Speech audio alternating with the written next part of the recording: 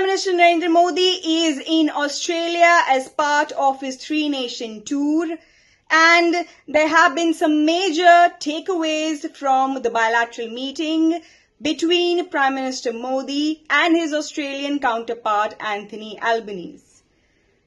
After the two leaders held a bilateral meeting and discussed at length spheres of common interest and burning issues of global importance, a joint statement was released by the two countries, which highlights major commitments made by the two countries in the spheres of supply of uranium, energy, defense, and critical minerals. Now, as part of the joint statement, Australia made the big announcement of starting to export Australian uranium to India for completely peaceful purposes on the lines of the safeguards of the International Atomic Energy Agency. Furthermore, as part of the energy cooperation between the two countries, India and Australia have announced to remain committed to ensure energy supplies of coal, diesel, and other fuels, and also natural gas. Australia happens to be a major exporter of natural gas to India, while India has been exporting many downstream products to the country. Furthermore, the defense ties between the two countries are looking to be strengthened furthermore after the two sides have announced that they commit themselves to accelerate information sharing between their defense forces and also agree to more aircraft deployments on each other's territories. Now, this comes in the backdrop of the Australian PM Anthony Albanese raising with concern with the Indian Prime Minister the launch of the intercontinental ballistic missile, the ICBM, by China in the Pacific Ocean.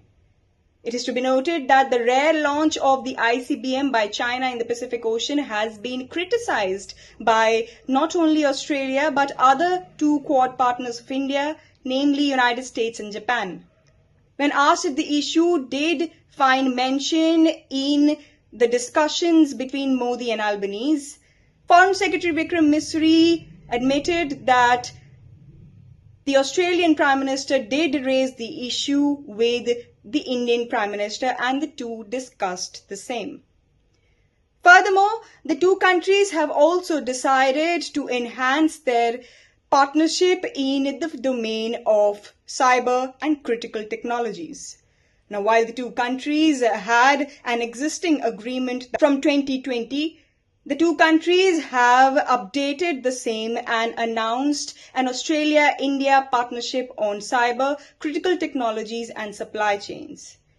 Well, this means more engagement on the cyber and critical technologies front.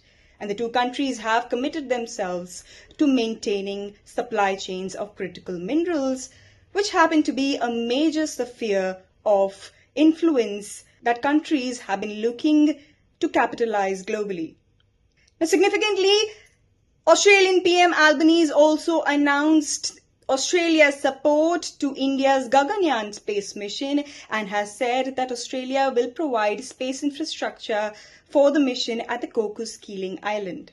The two countries have also decided to step up negotiations on the Comprehensive Economic Cooperation Agreement, or the CEPA, that is being discussed between the two nations and for which 11 rounds of negotiations have already taken place. While the two countries had implemented a trade agreement which was known as ECTA in December 2022, the two countries are now re-looking at their economic ties and looking to further strengthen economic ties and look at how trading can be made more easier for businesses and exporters of both countries. The Prime Minister Narendra Modi and his Australian counterpart also addressed the Indian diaspora in Australia jointly at the Marvel Stadium in Melbourne, which saw thousands of members of the Indian community in Australia